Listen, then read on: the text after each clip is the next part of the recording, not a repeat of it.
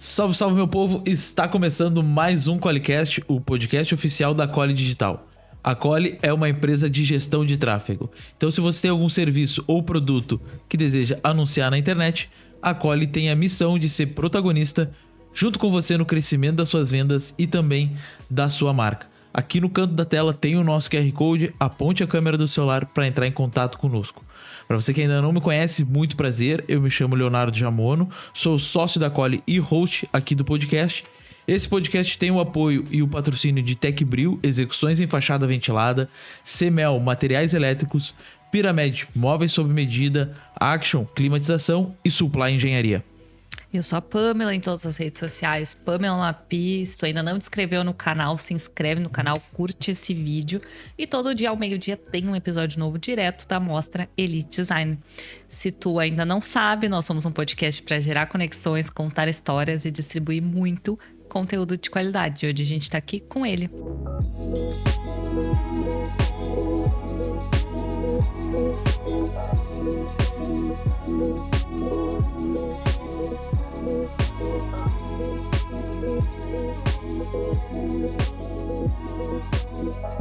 Marlon.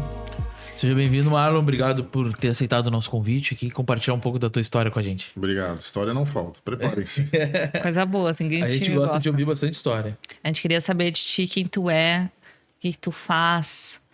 Nossa, eu faço né? muita coisa. Aquela coisa assim, pra se alongar mesmo, pra falar, pra contar. Bom, né, eu a princípio agora aqui sou arquiteto e urbanista. Aqui na tua frente a gente tá com esse papel. Mas de gênese eu sou pintor, sou desenhista, sou escultor e mais um monte de coisa que eu fiz ao longo da vida, né? Profissionalmente falando, técnico em química, engenharia mecânica, inspetor de equipamentos, né? Mas a arquitetura sempre foi a paixão, a menina, aquela... Tudo levava para a arquitetura, não adianta. Podia estar lá na parte química, quando tu via, estava perdido em alguma coisa da arquitetura. Ela puxava, assim, porque reúne tudo que eu mais gosto e a possibilidade, eu acho que, de criação é o que seduz. É o que faz eu estar aqui hoje. Criar. É para isso que a gente está aqui. E como é que foi tua caminhada até chegar na arquitetura? Bom, o que acontece, né? Eu sempre quis sair de casa. Eu queria sair de casa. Queria ter a minha vida, né, meu cantinho e tudo mais. E a forma, na época, né, isso já fazem 30 anos, era curso técnico. Era o que tinha a melhor empregabilidade, era o que te colocava mais rapidamente na rua, literalmente. Sim. Tu fazia um curso técnico, as empresas faziam um processo seletivo dentro da escola técnica, né? Ela quase não esperava tu te formar. Então, eu digo assim, bom, o que vai me colocar rapidamente no mercado? Né? De todas as opções, eu fiz na Escola Técnica em Pelotas, na época da TFPEL, Escola Técnica Federal de Pelotas, que é o que tem de melhor na região sul do estado, e até no estado e a nível de país. Aí achou o nicho de química. Era uma coisa que me interessava, né? Sempre aquela mística, laboratório, reações químicas, né? Vai que eu descubro o ovo de Colombo, a dinamite, eu explodo alguma coisa. E tinha uma carreira promissora, era o que ia me colocar mais rapidamente. E foi o que aconteceu. Então, eu me lembro que eu me formei em Química em novembro, finalzinho de novembro. Início de janeiro já estava trabalhando. Dia 13 de janeiro foi o meu primeiro dia de trabalho e a minha saída de casa. Peguei minha sacola, porque essa empresa ia me dar dormitório, né? Cheguei lá de manhã cedo numa segunda-feira e acabou. Né? Eu digo, agora eu só volto para casa na forma de visita. Né? Só vou visitar. E daí não voltei mais para casa. Então, a química me lançou no mercado e eu sempre tive um viés para a parte de curtume, couro, até por questão familiar. Meu pai trabalhou a vida inteira em curtume e tudo mais. E isso, de certa forma, me ajudaria no início, né? Então, eu comecei como curtume, só que nessa época, pouca gente deve lembrar, coincidiu com a primeira invasão da China no mercado brasileiro. Tá? E a China entrou, principalmente na região do Vale dos Sinos, colocando sapatinho de bebê, assim, umas coisinhas de plástico de 10ª categoria por R$9, R$10. Então, o que aconteceu? Quebrou o Vale dos Sinos. Começou a quebrar a empresa. Né? E na escala, os curtumes, consequentemente. Quando eu vi aquele cenário, eu digo assim, bom, eu sou novato, não sou eu que vou sobreviver. Então, eu vou pular do barco antes que ele afunde de vez. E aí me lembro, eu morava em Novo Hamburgo, um JK bem pequenininho, tava olhando o 0 Hora, porque era o que existia na época, né? Tinha um caderno de emprego no centro, no meio do caderno do 0 Hora, que era um absurdo de grande. Sim. E ali tudo se resolvia. Eu tava ali folheando e no meio do caderno, assim, então, né? 2 páginas, um anúncio gigantesco do polo petroquímico. O que a gente sabia na época de polo petroquímico? Aquele foguinho no horizonte para quem passava aqui por Eldorado e tudo mais. Me lembro que aí eu desci, peguei o meu cartão telefônico de 40 créditos, fui no orelhão no calçadão, e era domingo de manhã, que era sempre quando eu ligava para casa, né, olha, pai, tô bem, tá tudo certinho. Liguei e perguntei para ele assim, o que faz um técnico em inspeção de equipamentos? E ele disse assim, não faço ideia. Por quê? Digo, não, o polo petroquímico tá procurando técnicos em química e outras profissões recém-formados. Mas não pensa, se é para o polo petroquímico é bom, te atira. E aí na segunda-feira, então, comecei o processo, consegui um treinamento que o polo deu, trabalhei 6 anos no polo petroquímico, sonhando com carreira, fui fazer engenharia mecânica, mas a arquitetura sempre ali no ouvido. E as artes também. A pintura é constante, porque é o que eu faço para extravasar e desestressar. E o desenho e a escultura também. E a arquitetura ali. Oi, é comigo o teu relacionamento. Esquece essa engenharia. Larga esse polo, vem ficar comigo. E aí uma das condicionantes era essa na época, né? A maioria das faculdades de arquitetura era com cadeiras também durante o dia. E isso inviabilizava. O polo petroquímico tem que pegar um ônibus para ir para lá. Tu fica lá o dia inteiro. É meio incomunicável.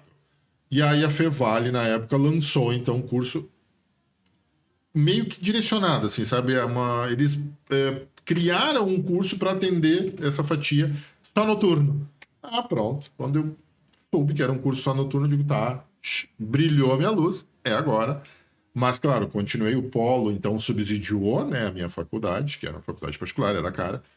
Mas aí eu consegui, então, pagar a faculdade de arquitetura, só que chega numa hora que tu tem que te decidir. Sim. Né? Pô, eu fiz tudo isso até agora. Eu trilhei todo esse caminho para chegar de frente para a arquitetura e fugir?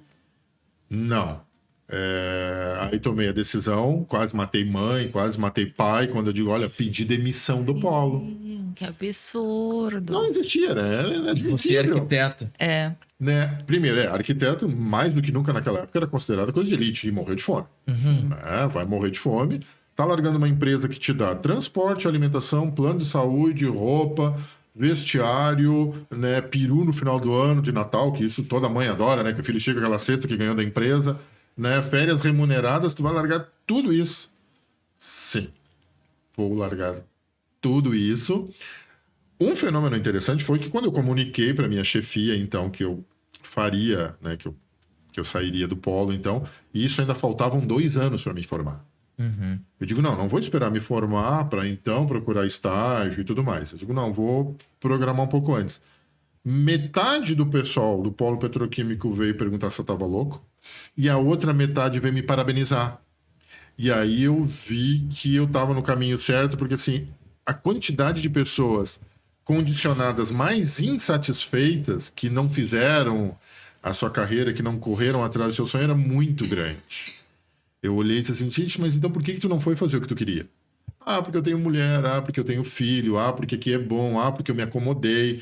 Mas deixaram, de repente, de ser advogados, deixaram de ser médicos, ou qualquer outra coisa. A gente não precisa só glamorizar. Às vezes a felicidade pode ser simples. Ser músico, Cara, qualquer coisa, eu quero tocar na noite. Sim. Sabe? Eu quero pegar um violão e tocar na noite. Mas não, né? O polo petroquímico tem tudo isso. Então, eu me lembro assim, aquilo me chocou muito. Muitos perguntando se eu tava louco. E muitos me parabenizando porque não tinham tido essa coragem.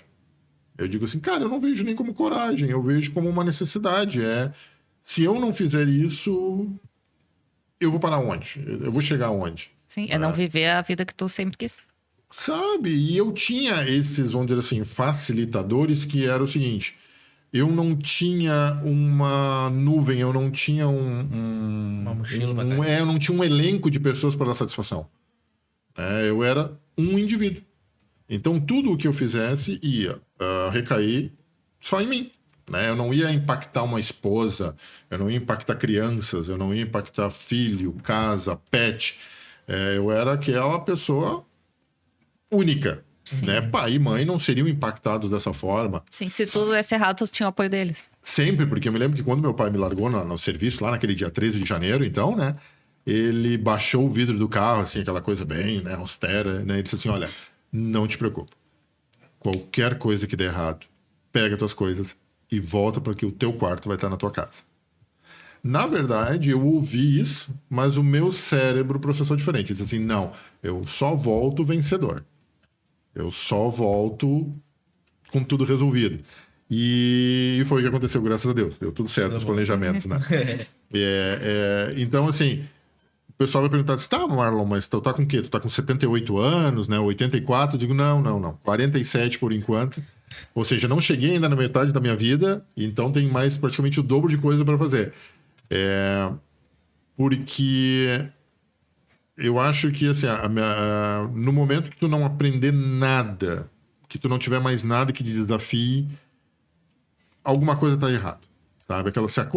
Se nada mais te seduz ou te move a levantar de manhã, a fazer algum esforço, a quebrar aquela rotina, cara, olha bem para dentro de ti, porque tem uma coisinha que não tá legal. E às vezes não precisa ser uma grande coisa complexa, né? Não precisa ser uma faculdade inteira. Pode ser uma coisa pequena. Eu tinha, não sei de onde veio isso, mas eu tinha comigo, por exemplo, que eu queria aprender a costurar. Eu quero fazer as minhas roupas. Era uma coisa que vinha há muito tempo comigo, isso.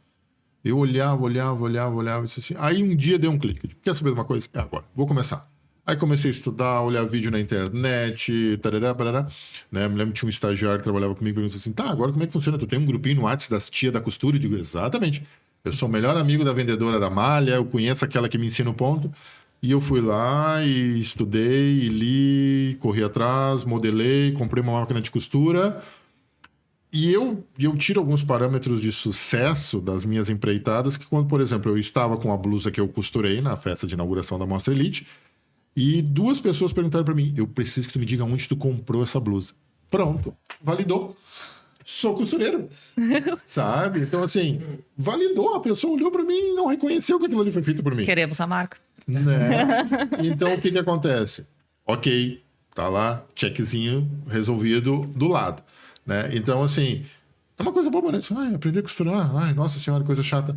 Não, eu queria. Por algum motivo, aquilo me gerava uma fascinação, um desconforto, uma necessidade, uma angústia, uma curiosidade, né? O bichinho carpinteiro, e eu tinha que fazer. Pronto. Não está pronto ainda, estamos num processo.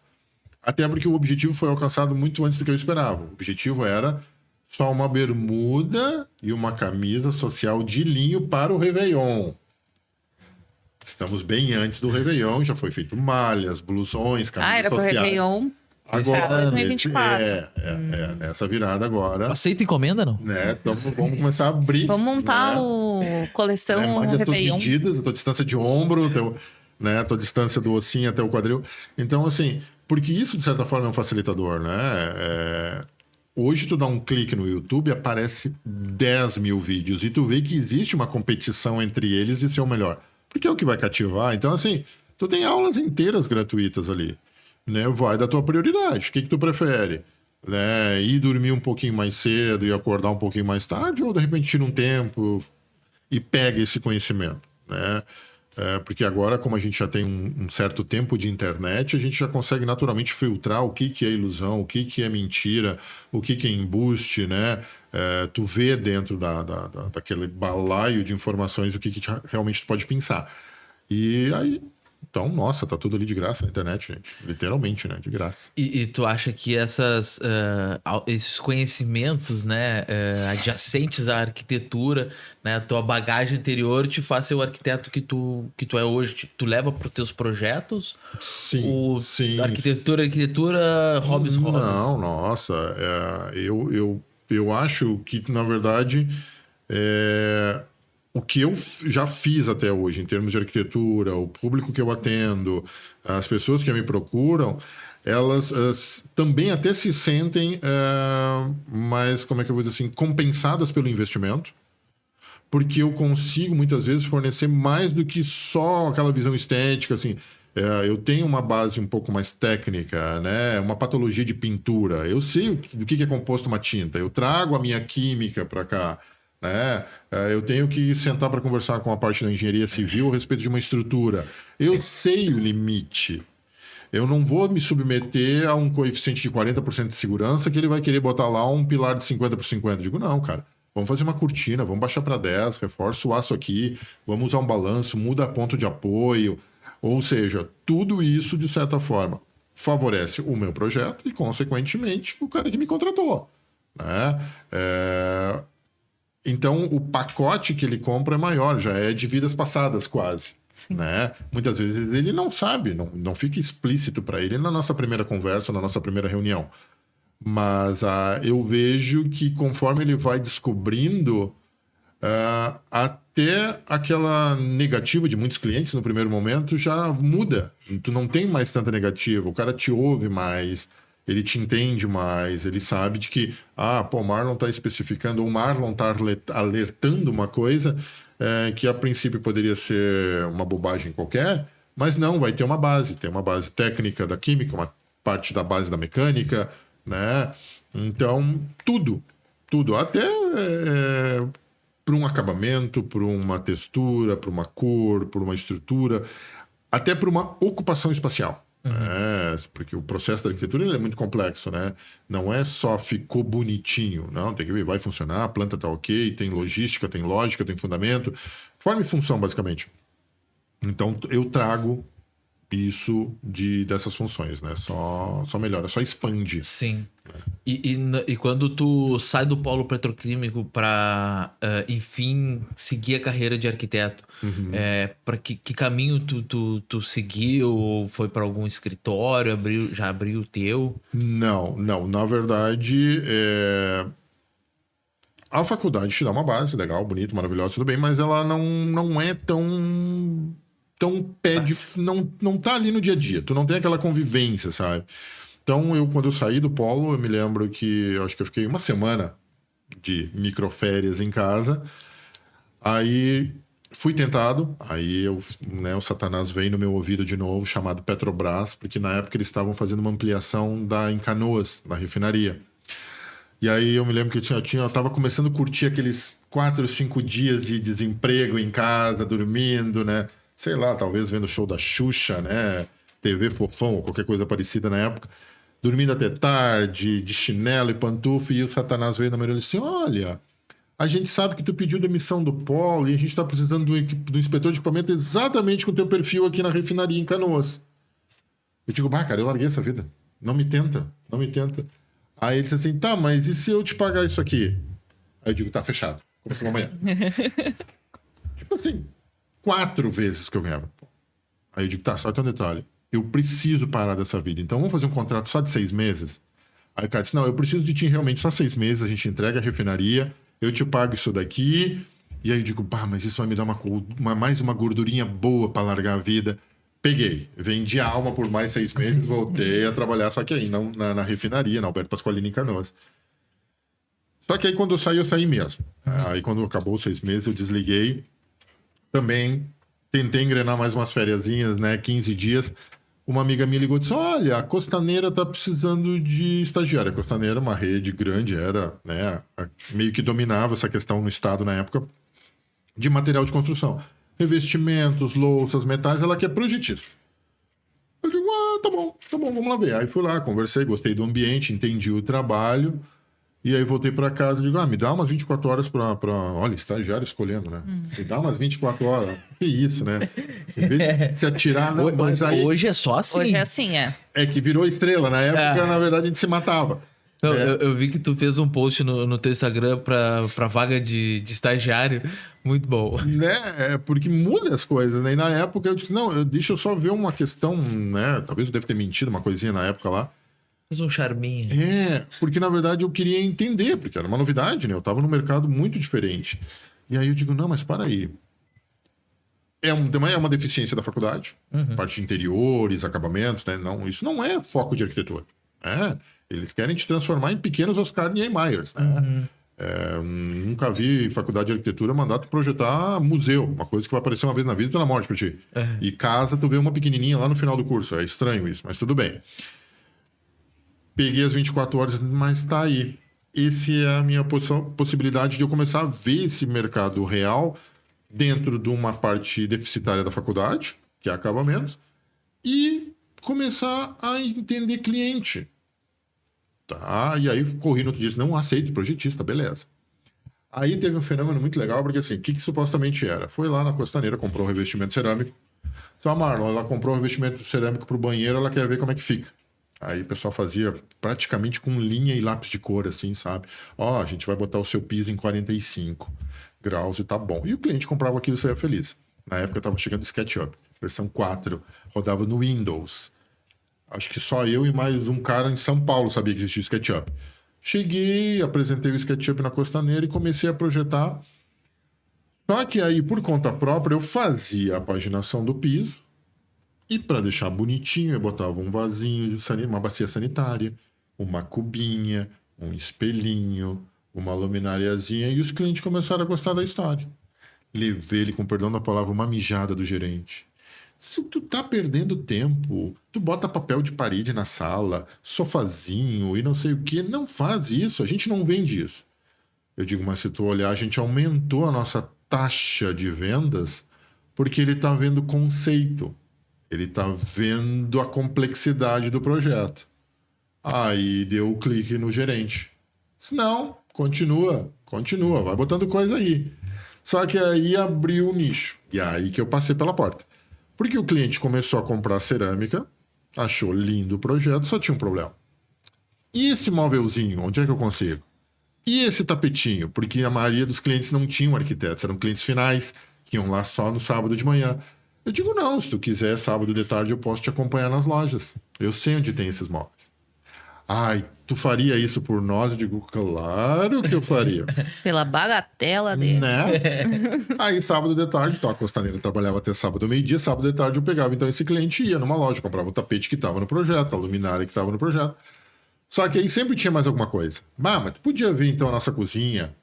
E aí eu comecei então a criar minha cartela de clientes. Não era formado ainda, estava fazendo estagiário e só olhando o cronômetro da formatura passar. Então, de fato, o dia que eu me formei, eu já tinha escritório montado rodando. Eu não tive aquela depressão de festa de formatura sábado de noite até segunda-feira às 8 da manhã. Quando passou a ressaca, eu disse assim, tá, agora para quem que eu vou mandar currículo que eu preciso fazer um estágio? Não, meu escritório estava rodando. Já tinha feito obra em Porto Alegre, já tinha sido pego por o CREA, já tinha, na época era CREA, né? Já tinha dado os meus saltos mortais para me escapar. Mas isso foi o processo que eu fui promovendo para evitar essa quebra repentina. Porque não existe uma mágica. Não adianta, a faculdade te forma no sábado, tá lá, recebe o canudo, o reitor confere-lhe o grau, só que segunda-feira, bebê. Tá desempregado. E aí? Né? Lembra que é 30 numa faculdade, 30 na faculdade vizinha, mais 30 na outra faculdade? Então, assim, eu optei por fazer, claro... Fiz alguns estágios, selecionei alguns arquitetos, vendi a minha alma, fui lá... Porque na minha época não era feio fazer estágio de graça. Porque a gente queria acessar a estrutura. A gente não se vendia como popstar. O escritório não precisava de nós. A gente que precisava deles. Então, como é que eu ia saber o que acontecia dentro de determinado escritório? Eu tinha que me vender. E aí eu me dava de graça. Se não, deixa eu vir aqui, eu venho meio turno, eu faço uns render bonitinho, deixa eu ficar por aqui. Eu tomava café, arrumava pilha de revista, passava uma vassourinha, 5h30 eu saía, no outro dia 1h30 eu voltava. Tu começava... sabe cachorro que aparece em porta de loja, que daqui a pouco ganha um crachá da loja, ganha pet?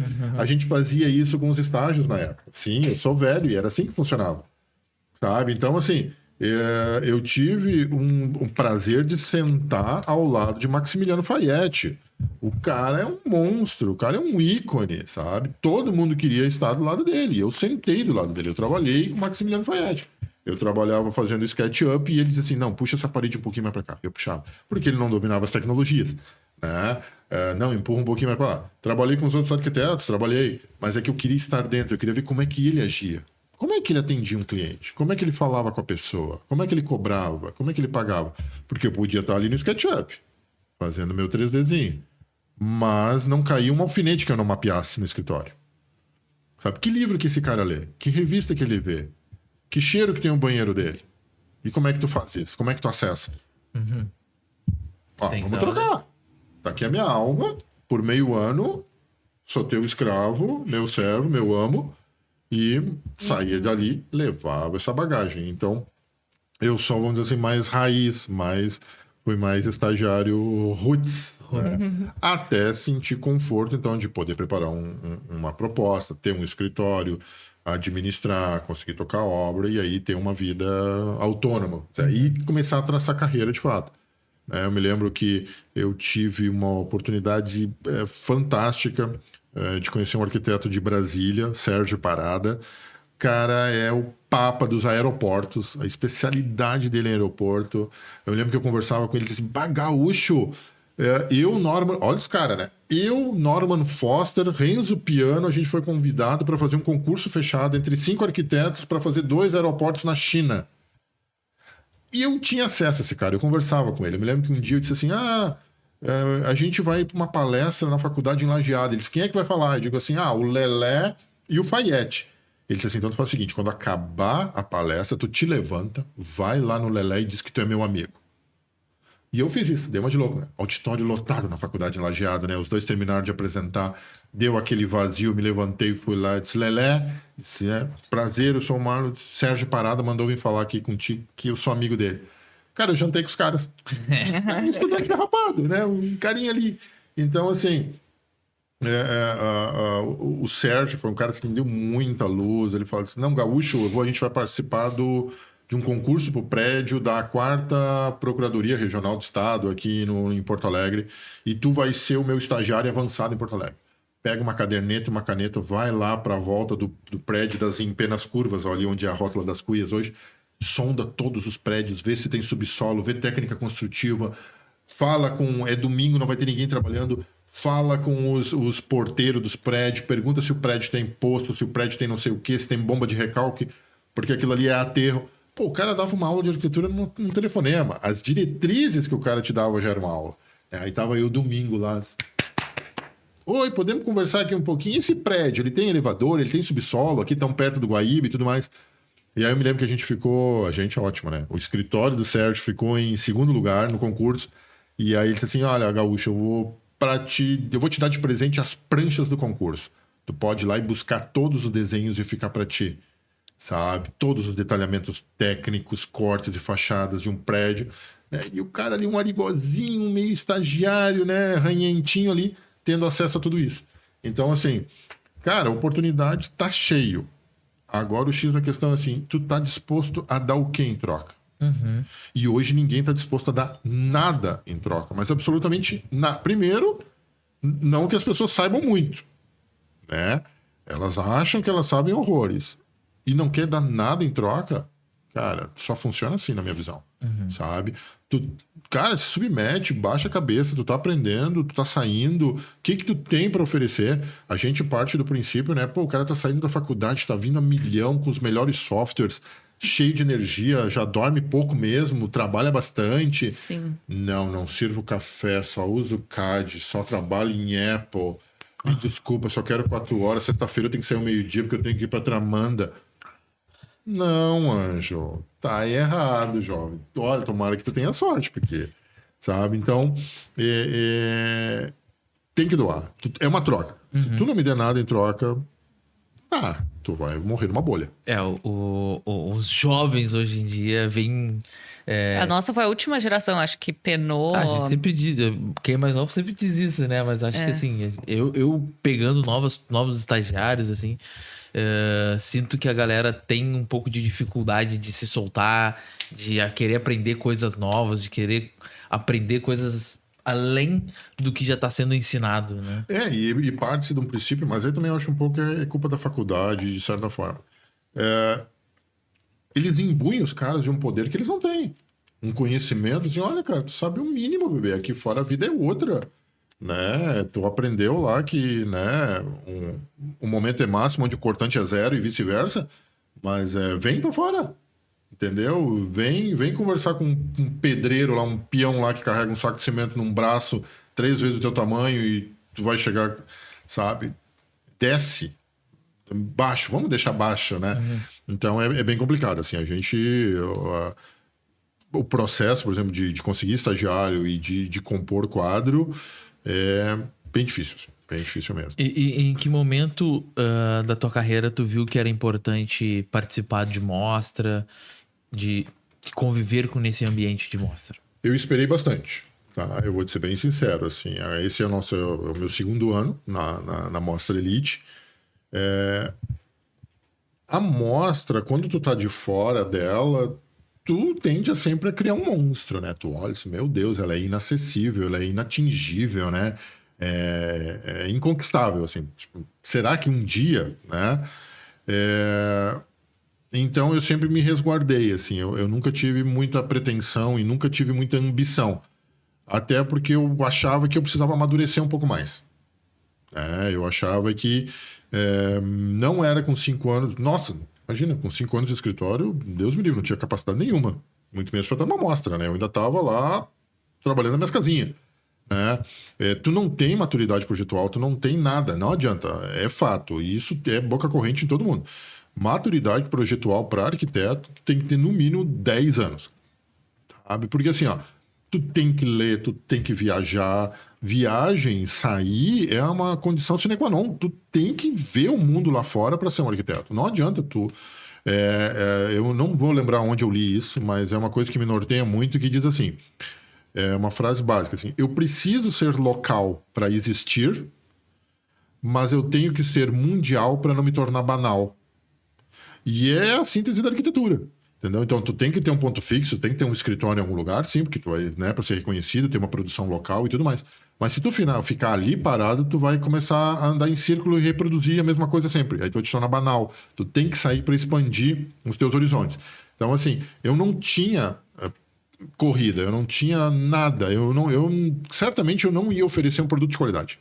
Eu até poderia ter entrado numa mostra, né? Ah, meu Deus, sou um popstar, tenho 2 anos de formado e vou me jogar. Né? Vou criar um Instagram, vou tirar foto bonita, cheia de Photoshop, Casa Cor ou qualquer outra amostra, no caso. Mas... E depois? Eu vou dormir? Eu vou botar a cabeça no travesseiro com aquilo que eu entreguei? Não tinha. Então, foi um processo, né? Demorou 10, 12 anos... Aí, na época, eu conversei, o pessoal da Elite já tinha me sondado. Olha, aqui a revista, que bonita, tu pode estar aqui na revista, vem pra nós, vem com nós, não sei o quê. Mas eu não tava, não era. E eu sou muito disso, eu sou muito de sentir o momento. Então, assim, não estava no momento. Aí teve o dia que aconteceu. Eu me lembro que até foi por uma ligação telefônica. Disse, Marlon, nós de novo, tudo bom?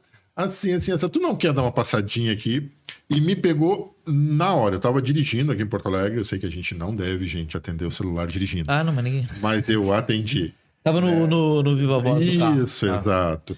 E aí, se tu não quer dar uma passadinha aqui, eu digo... E aí eu olhei onde é que eu tava em Porto Alegre, olhei relógio, olhei agenda, tudo em 1 segundo. Quero. Aí saí direto, passei no escritório da Mostra Elite e saí com a casa de campo debaixo do braço. Então, assim... E tranquilo, saí, resolvi, né? Pelos feedbacks, foi um sucesso ano passado a casa de campo. Mas foi o momento. Era aquilo, eu podia estar ausente do escritório, eu tinha um feedback no escritório físico, uma arquiteta que trabalha comigo, a Luciana, eu tinha estagiário, então eu poderia me ausentar, eu poderia me dedicar à mostra, ou seja, eu não ia sacrificar nada nem ninguém. Nem os clientes que estavam em processo, porque a amostra ela te exige, tu tem que ter uma certa dedicação, né? Tu tem um tempo para executar, então tu tem que ter cronograma, tu tem que ser responsável, né? Saber que tem um entorno com mais 30 profissionais trabalhando ali, então, né? O Marlon tem que cuidar para não morder ninguém, não matar ninguém, né? O Leonino, né? Passaram no meu ambiente, quem foi? Quando? Que? Né? Pontualzíssimo. No dia da entrega, ele foi o primeiro. Foi lá e estou entregando. Mas isso tudo por quê? Porque eu tenho uma vida muito complexa fora disso, entendeu? Então, se eu atraso aqui, é o efeito borboleta. Eu tenho que entregar aqui porque amanhã de manhã eu tenho uma reunião, eu tenho aquela pessoa... E ela não pode ser impactada por esse momento. né? O meu cliente lá que está esperando visualizar o projeto de uma casa que ele tanto sonha, eu não posso dizer para ele, vamos ter que realocar a reunião para daqui a 2 dias porque eu atrasei a entrega daqui, porque eu resolvi tomar um suco detox de tarde com vista para Guaíba. Não. Então, isso é a única coisa que eu sempre me policio, assim, data, cronograma, responsabilidade com as pessoas, porque aquele cara que está adquirindo a casa dele, cara, pode parecer incrível, mas ele me deu dinheiro para fazer aquilo.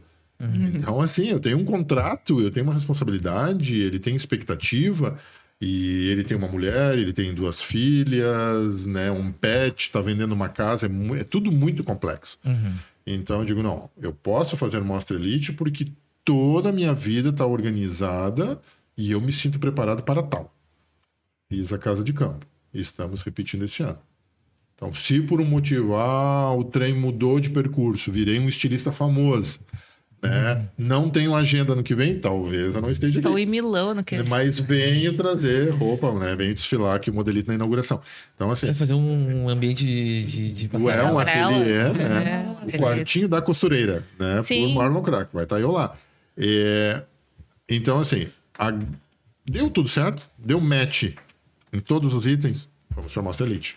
Maravilha. E aí... E tu falou que o arquiteto precisa ter um lugar. E o teu lugar não é aqui em Porto Alegre. Tu falou, estava aqui em Porto Alegre por coincidência. Não, ele foi em Novo Hamburgo, logo que eu me formei. Eu tinha um escritório, assim, maravilhoso, um ponto ótimo da cidade. Tudo perfeito. Só que essa minha permanência em Novo Hamburgo foram 6 anos, 7 anos que eu tive o escritório lá.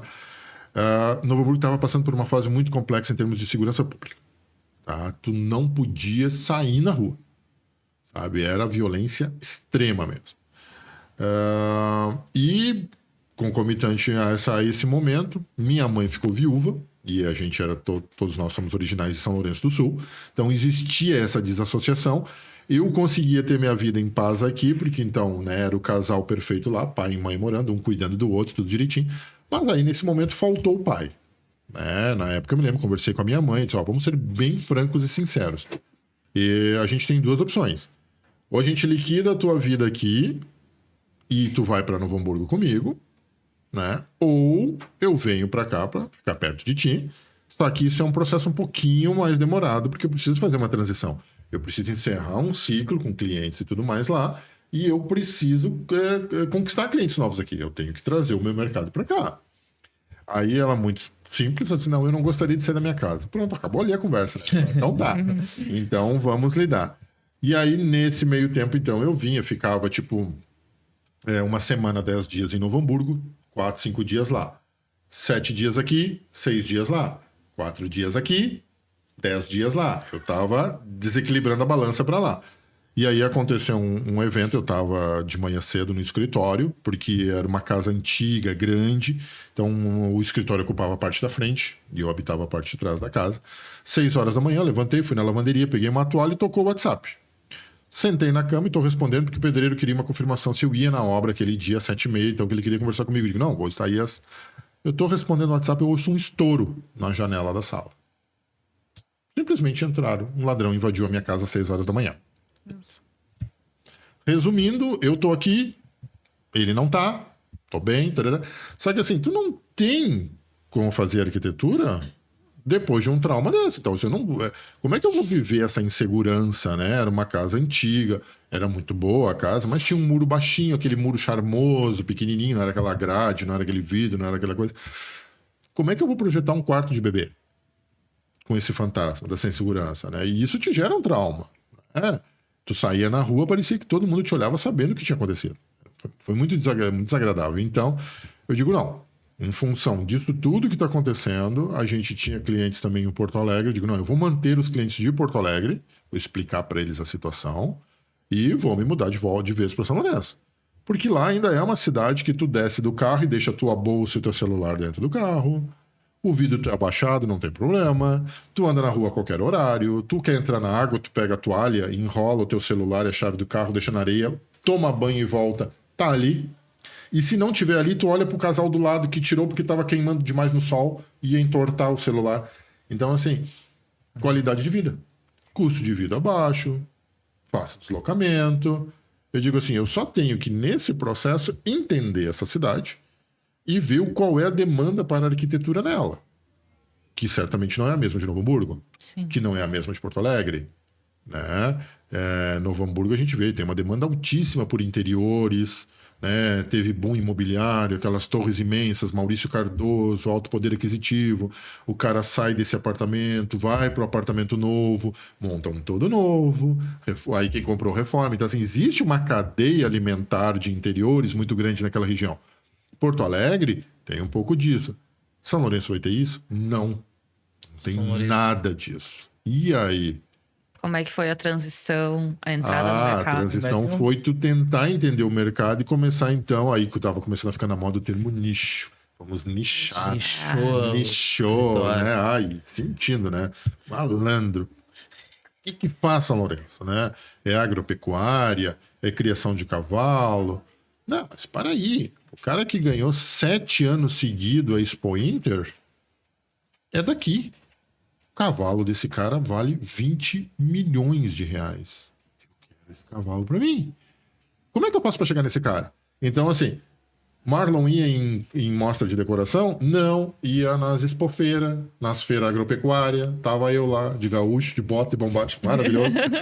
Querendo descobrir quem era o dono daquele cavalo. O que aquele fazendeiro faz? Esse cara planta 1.000 hectares de arroz? Esse cara cria cavalo crioulo? Quem é essa gente? Ele mora em algum lugar. Ele mora em algum lugar, ele tem conexão com Porto Alegre. Porque ele desce daquele cavalo crioulo dele, que custa uma fortuna, mas ele tá usando uma camisa Ralph Lauren. Entendeu? O óculos de grau dele é Hugo Boss. Ele tem uma conexão com a capital, onde ele se abastece desses itens, onde ele comercializa, e ao mesmo tempo ele busca refúgio lá no interior, na fazenda, né, na agroindústria dele. E isso começou a dar certo. Eu comecei a ser visto, me apresentar, fala aqui, fala lá, ó, tu viu. Não tem problema, nesse projeto tem esse lustre lindo, eu sei onde ele tem. O senhor quer que eu traga? Não, eu trago, eu vou toda semana a Porto Alegre. Porque é o tipo de pessoa que ele quer o lustre. Ele só vê 2 momentos. Eu quero e ele instalado. Não, deixa comigo. Mas tu vai levar lá fora, são 20 quilômetros de estrada de chão. Não tem problema. Sábado ele vai estar instaladinho pro senhor lá. Tava lá o lustre, segue Pix, segue boletim. E aí tu começa a aparecer e a se apresentar. E, como eu comentei anteriormente, numa conversa informal fora do ar, tá, gente? A gente faz uma préviazinha aqui. Isso, uma fofoquinha.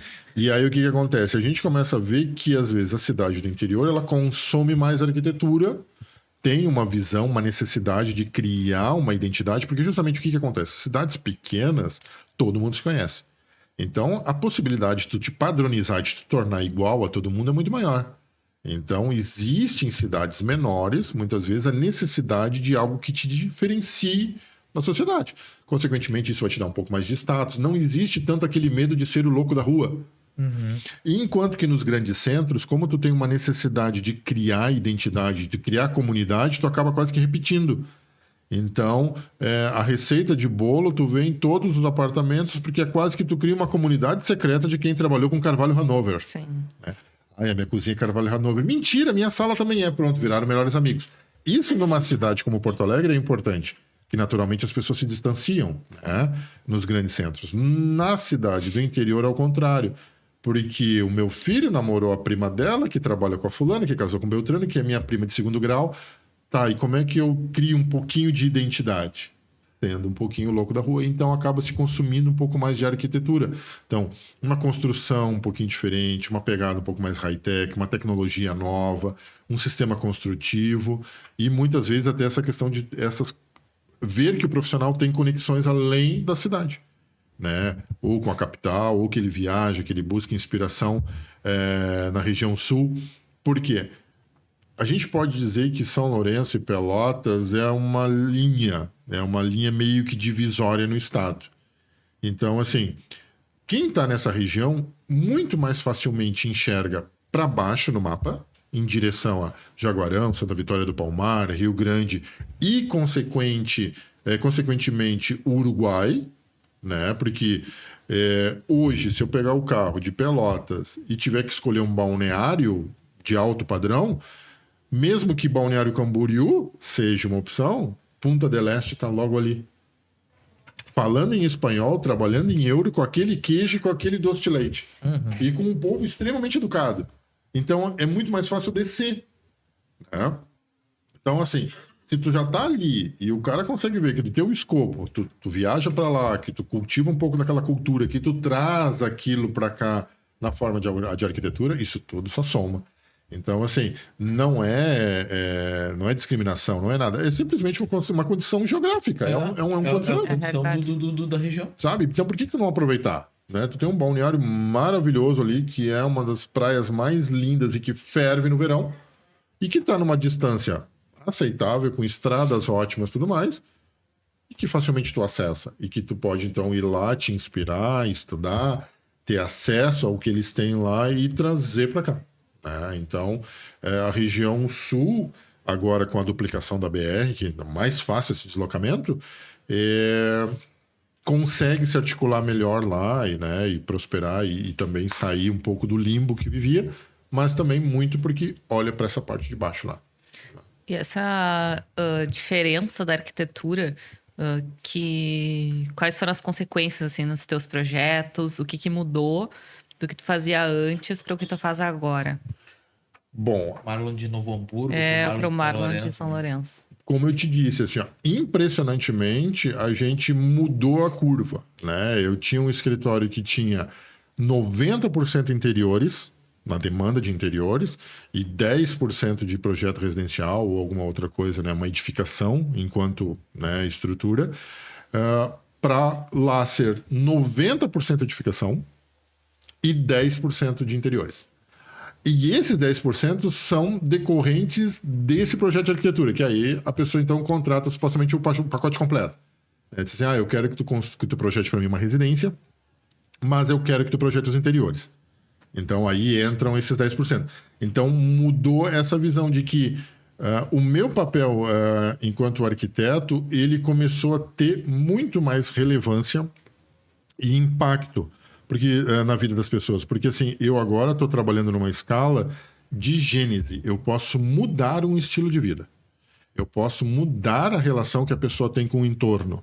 Quando tu trabalha com interiores, muitas vezes tu está preso num projeto concebido por um outro arquiteto, que tu não sabe quais são as premissas dele, mas que de repente era só fazer um edifício alto e bonito. Se é funcional ou não. E aí tu vai entrar para dentro de um espaço delimitado de, sei lá, 150, 240 metros quadrados, mas extremamente cheio de condicionantes. Tu não pode mudar uma janela, tu não pode mudar uma posição, tu não pode pedir para rodar o prédio para melhorar a ventilação, tu não pode mudar uma esquadria para melhorar a insolação. Tu tá preso. Né? Vamos dizer assim, o teu leque de interferências se restringe a, muitas vezes, um layout, um fluxo, um conforto térmico, um conforto luminotécnico e zero. Tá? No máximo dos máximos, abrir uma janela, uma remover uma parede interna, fazer um passaprato. Agora, quando tu vai para uma escala de uma arquitetura que tu arranca do zero e que tu pode fazer um estudo de insolação, que tu pode ir lá hoje conhecer e ver que o casal mora numa casa totalmente compartimentada, porque é uma casa antiga, aonde dificulta as relações interpessoais, né, da família, que tu tem um filho preso num quarto, a mulher presa numa cozinha, um homem preso numa sala.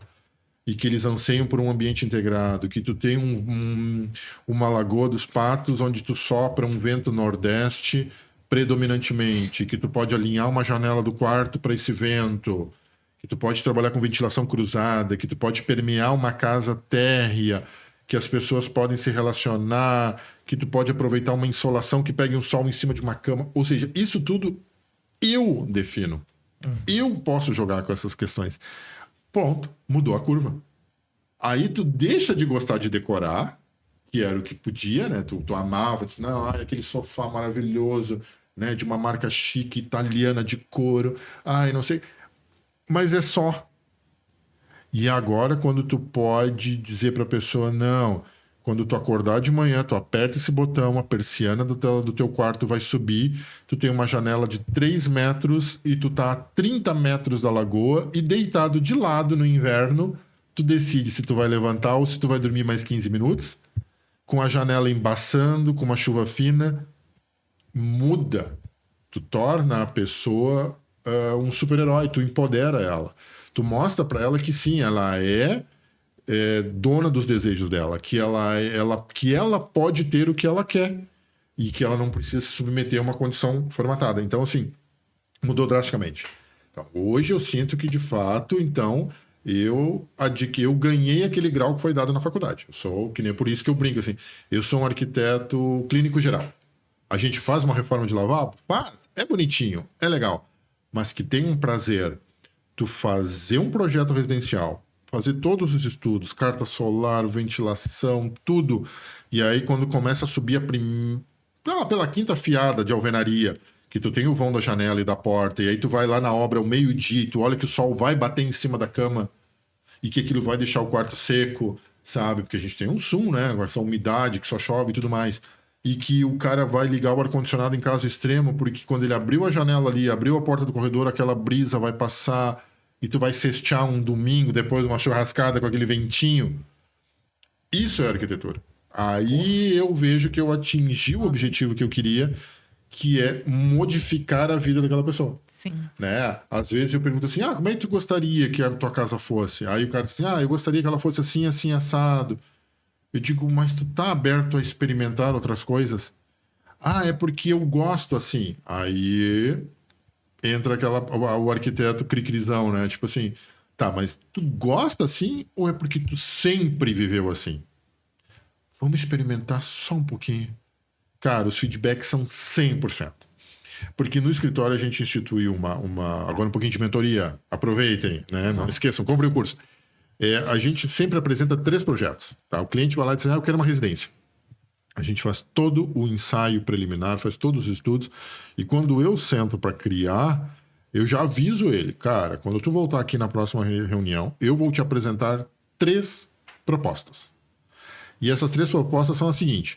Primeira, a proposta que tu quer. Então eu vou ser queridinho, eu vou usar aquela frase do perfil do Instagram, né? Realizando sonhos, né? Então eu vou fazer o que tu quer, eu vou fazer a proposta que a arquitetura manda, porque a gente tem, né? Queira ou não queira, existem os landmarks, a arquitetura tá ali no meu encalço, né? A arquitetura correta, aquela coisa assim. E a terceira opção é a casa que o arquiteto moraria. E aí chega o dia. Cara, tá dando assim, 95% na casa que o arquiteto moraria. Porque o cliente que vem no escritório, ele vem aberto. Ele quer experimentar. Ele quer experimentar circular de uma forma diferente pela casa. Ele quer permear os espaços. Tem uma casa que eu acho que no momento é a minha top, porque o cliente foi tão lúcido, eu chamo de lúcido, assim, sabe? Ele foi tão evoluído que ele confiou em mim. Ele confiou e ele entregou a casa dele. E a gente fez uma casa, chama ela de Casa V. Uma das diretrizes é assim, a gente é reservado, a gente queria manter um pouco da nossa privacidade. E aí eu dei uma estudada, tudo permitia, a gente fez praticamente uma casa com pátio central. A casa quase não tem aberturas para fora, ela abre 100% para dentro. E quando eu digo abre 100% para dentro, o espaço gourmet tem uma janela de 14 metros por 3 de altura. Ela abre praticamente 100%. E não existe degrau na casa. O piso de dentro da casa é o mesmo nível do deck da piscina. Eu sempre brinco com eles assim, tu pode caminhar arrastando o chinelo do lavabo até a churrasqueira gourmet, tu não vai ver um desnível. Permeabilidade. E aí tem uma piscina preta no centro desse pátio onde toda a casa é voltada. Então, assim, o quarto do filho, o filho levanta da cama, abre a janela, caminha 10 passos e dá um tibum na piscina. Tu tá no escritório trabalhando, tu abre a janela, dá 10 passos, cai na piscina. Tu tá no jantar, tu dá 10 passos, tu tá dentro da piscina. Toda a casa foi virada para dentro, ou seja, eles podem viver a vida deles extremamente honesta entre eles, porque eles estão protegidos pela arquitetura, e com conforto térmico, porque é uma releitura simplesmente de uma casa com um pátio interno, uma casa árabe, uma arquitetura onde tu tinha uma fonte de água num pátio central responsável por um microclima, com ventilação, iluminação natural. Então, assim, tu poder fazer arquitetura, eu acho que é um dos maiores retornos e presentes que o cliente pode te dar. É ele deixar tu ser arquiteto e confiar em ti e dizer assim, cara, faz uma casa para mim ou para minha família. E aí só vai. E falando de casa, né? Eu notei aqui, eu não sei se o que é melhor, ter uma casa térrea ou uma casa de 2 pisos? Não, térrea, 1000 vezes. Hoje, se eu tiver que... Eu tento conduzir os clientes sempre para ter casa térrea. Escada, ela é um elemento... Vamos dizer assim, escada eu vejo como uma solução paliativa para um problema de lote. O cara não tem como trabalhar terra e ele é obrigado a verticalizar a casa. Então, aí nasce a escada. O que aconteceu com o tempo é que, então, a escada, já que era inevitável, começou a tomar status de estrela da casa. Essa casa, a casa V, essa da piscina preta, ela também tem um segundo pavimento, tá? Porque a gente atingiu os índices do condomínio e eu queria dar um máximo de conforto, então, e construir a suíte master mais maravilhosa para o casal. Então, a gente vai ser obrigado a subir, tá? Então, tem uma escada em aço que eu recomendo. Visitem o meu Instagram e procurem por uma escada preta com pintura automotiva, que ela é única, tá? Que era uma assinatura da casa.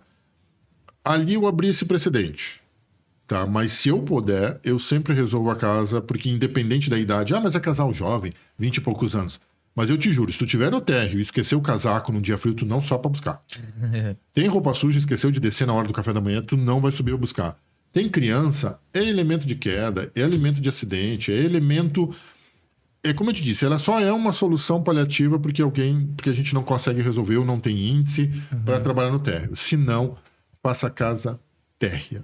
Tudo integrado, tudo mesmo nível. É um conforto, é agilidade, é integração, sabe? Pense. E eu sempre digo, tu tá contratando um arquiteto, cara, larga para ele resolver, sabe? Chegou aquela soluçãozinha meia boca que tu vê que foi meio cópia de Pinterest. Não, cara. Eu quero uma casa, eu quero uma coisa personalizada. Eu quero conforto térmico, eu quero conforto... Vai trabalhar, tu estudou para isso, traz. Então, assim, térrea. Tudo o que tu puder. Eu prefiro, particularmente, às vezes, sacrificar áreas de dormitórios e área de convivência a não colocar segundo ou terceiro pavimento. Tem um terreno com uma inclinação assustadora. Né? É um lote com uma inclinação significativa, aonde tu não tem opção. Bom, beleza, vamos botar escada, mas vamos botar um elevador. Primeira coisa. Eu fiz um projeto de uma casa agora, o terreno confortabilíssimo, dentro do plano de necessidades, precisava de 4 suítes e o terreno tem 7 metros de desnível.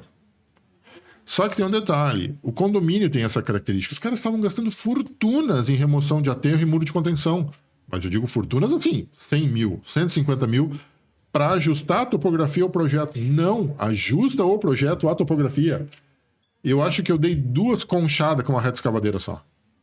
Só que assim, em vez de gastar 150 mil com terreno, remoção de terra, muro de contenção, que a gente sabe que não é o ideal, não dá para dar uma garantia, sempre fica aquela pulga atrás da orelha, né? Pode dar uma enxurrada, esse solo pode mudar a mecânica dele. Então não gasta isso, faz um projeto e bota por 60 mil, 80 mil um elevador.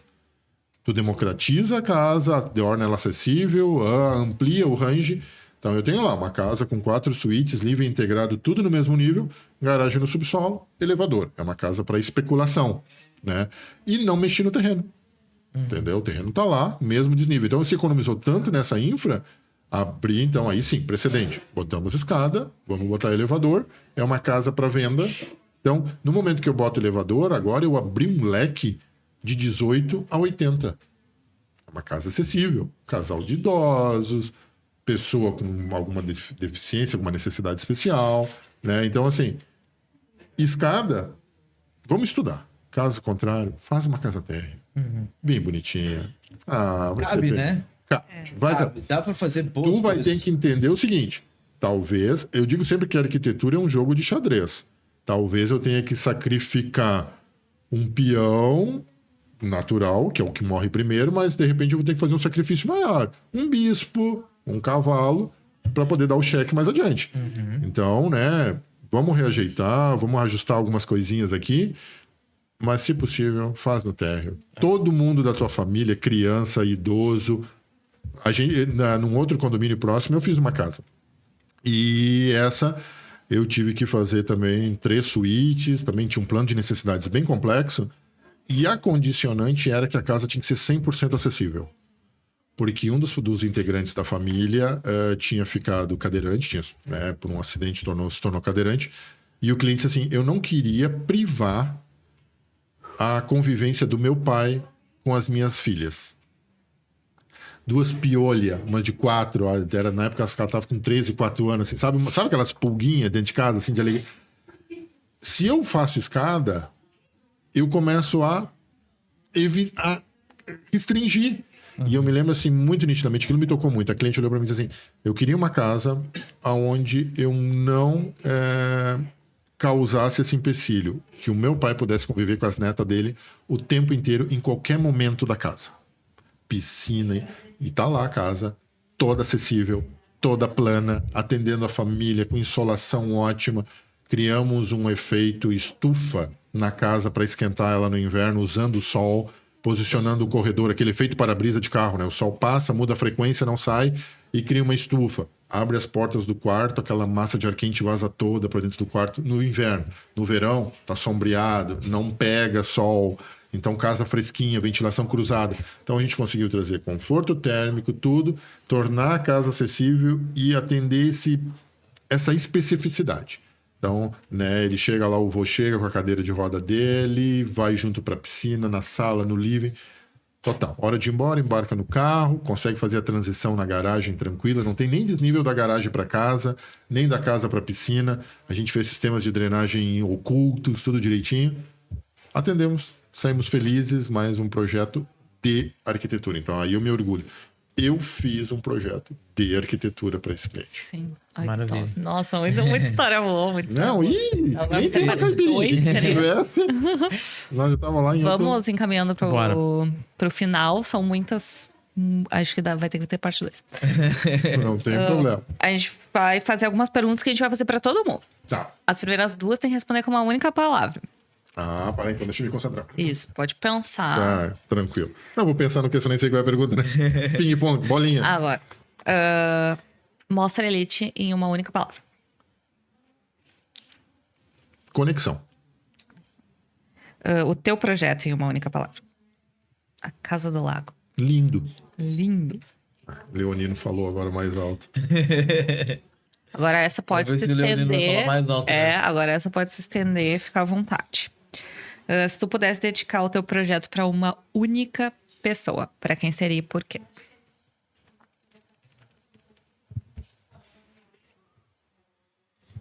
Ó, só vai chorar. Meu pai. Quer dizer, o porquê não precisa. Não, claro que eu quero, eu só tenho que conseguir falar. Porque eu acho que eu só cheguei aqui hoje por tudo que ele me ensinou. Assim, na verdade, por quem ele era, assim, porque por eu ter podido observar ele sendo ele. E foi aí que eu aprendi. Né? Acho que a gente não aprende por palavras, a gente não aprende por repreensões.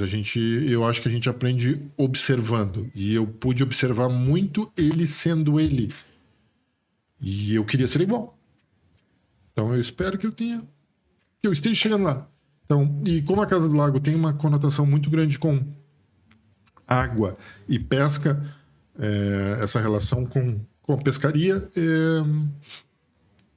sempre eram nesses momentos que a gente tinha a maior conexão. Aquela conexão de ajuste fino, sabe? Assim, que tu não precisa falar nada, que tu só precisa olhar para o lado e ver que a pessoa tá ali e tu continuar pescando e saber o que ela tá pensando. Então seria para ele. Desculpa. Nossa, Desculpa nada. Ótimo. A gente que agradece. A gente que agradece ter vindo, ter aceitado nosso convite, ter contado um pouquinho de quem é a pessoa por trás do projeto, que é o que é importante. Aqui na Mostra a gente conheceu o profissional, né? A história dele, tudo que ele carrega, para trazer isso aqui pra gente, porque o projeto fala por si, mas muitas coisas a gente precisa perguntar para conseguir entender. Sim, é bom ter um manual do usuário, às vezes, exatamente. pro projeto. Eu que agradeço, na verdade, a oportunidade. A gente, na verdade, se for ver, a gente tem como um todo, né? A gente sempre tem muito pouca oportunidade de falar de verdade. Pode-se fazer vídeos, se postar coisas, né? Mas será que está se falando de verdade? Então, acho que poder falar de verdade é muito precioso e vale ouro hoje em dia.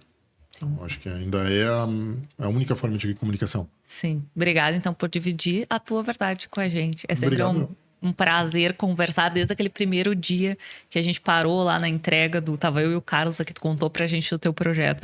Eu cheguei no escritório e falei pro Léo, Léo, tu tem que ver. Porque realmente, assim, tocou muita gente, fez muito sentido. Que bom, muito obrigado. Então, pra ti que ficou, eu ando esquecendo, mas não esquecerei, que o Rafa me lembrou. Se tu quiser olhar pra aquela câmera e convidar o pessoal pra vir, conhecer o teu espaço, conhecer o Marlon, os projetos. Claro, fazer o teu merchan. Deixa eu só desembargar a voz. Claro, fica bom. Mas venham, porque na verdade a Mostra Elite, ela é mais que uma mostra de arquitetura. Isso é fato, e isso não sou eu que estou dizendo, é o feedback que a gente tem. A gente tem a Mostra Elite, nitidamente, ela tem uma conexão e uma proximidade muito maior com o visitante. Ela é, eu acredito, mais humanizada, mais próxima. E sim, a gente, de certa forma, a Mostra Elite é fonte da resolução de alguns problemas. Aquela cor não tá legal, a cor certa tá aqui. Aquele móvel não tá bonitinho, vai achar um móvel aqui, vai achar a ideia legal aqui, vai achar as pessoas legais aqui e aquelas que vão atender melhor. Então, venha para a Mostra Elite, é um baita de programa. Qualquer um dos dias vai estar sempre cheio de gente, coisa bonita para ver, gente legal para conhecer e consumir toda a forma de conteúdo, visual, auditiva, ouvir o que os profissionais têm a dizer e ver o que eles fizeram. Então, venham todos para a mostra. E onde é que o pessoal te encontra? Eu tô lá na Casa do Lago, que é a melhor selfie. Tem que estar na Casa do Lago entre 6 e 15 para 7, renovar a foto do Facebook, trocar a foto do Instagram, porque ali é a melhor selfie, porque é a Casa do Lago. Ela foi agraciada com um dos pôr-do-sóis mais bonitos de Porto Alegre, na verdade. Então, pôr-do-sol mais lindo do mundo. É o horário que a gente tá gravando aqui, mãe. Um dia eu vou reservar. Agora a gente vai ter que tirar as fotos com o Marlon só no pôr-do-sol. Hoje não vai dar. Porque a gente não vai pegar o melhor. Não, agora já tá tudo escuro, só tem umas luzinhas. Se não pegar... O ambiente é muito bonito também, né? Em todos os horários. Mas no pôr-do-sol faz todo assim. Ajuda. Bate a luz ali em cima da cama, aquela Fica parte. Tudo mais ali, amarelado, dá uma vontade de sentar. Né? Nossa, Então vamos ter que reservar esse horário. Vamos. Então tá, pra ti que ficou até aqui, não se esquece de se inscrever no canal, curtir esse vídeo. A gente tá gravando aqui na mostra das 3 da tarde às 8 da noite. Vem conhecer de quinta a domingo até o dia 12 de novembro. Todas as nossas redes sociais estão na descrição, do Marlon também. Se tu gostou de tudo que ele contou aqui, te inspirou, fez sentido pra ti, segue ele também nas redes sociais. Até o próximo episódio. Tchau. Tchau. Thank you.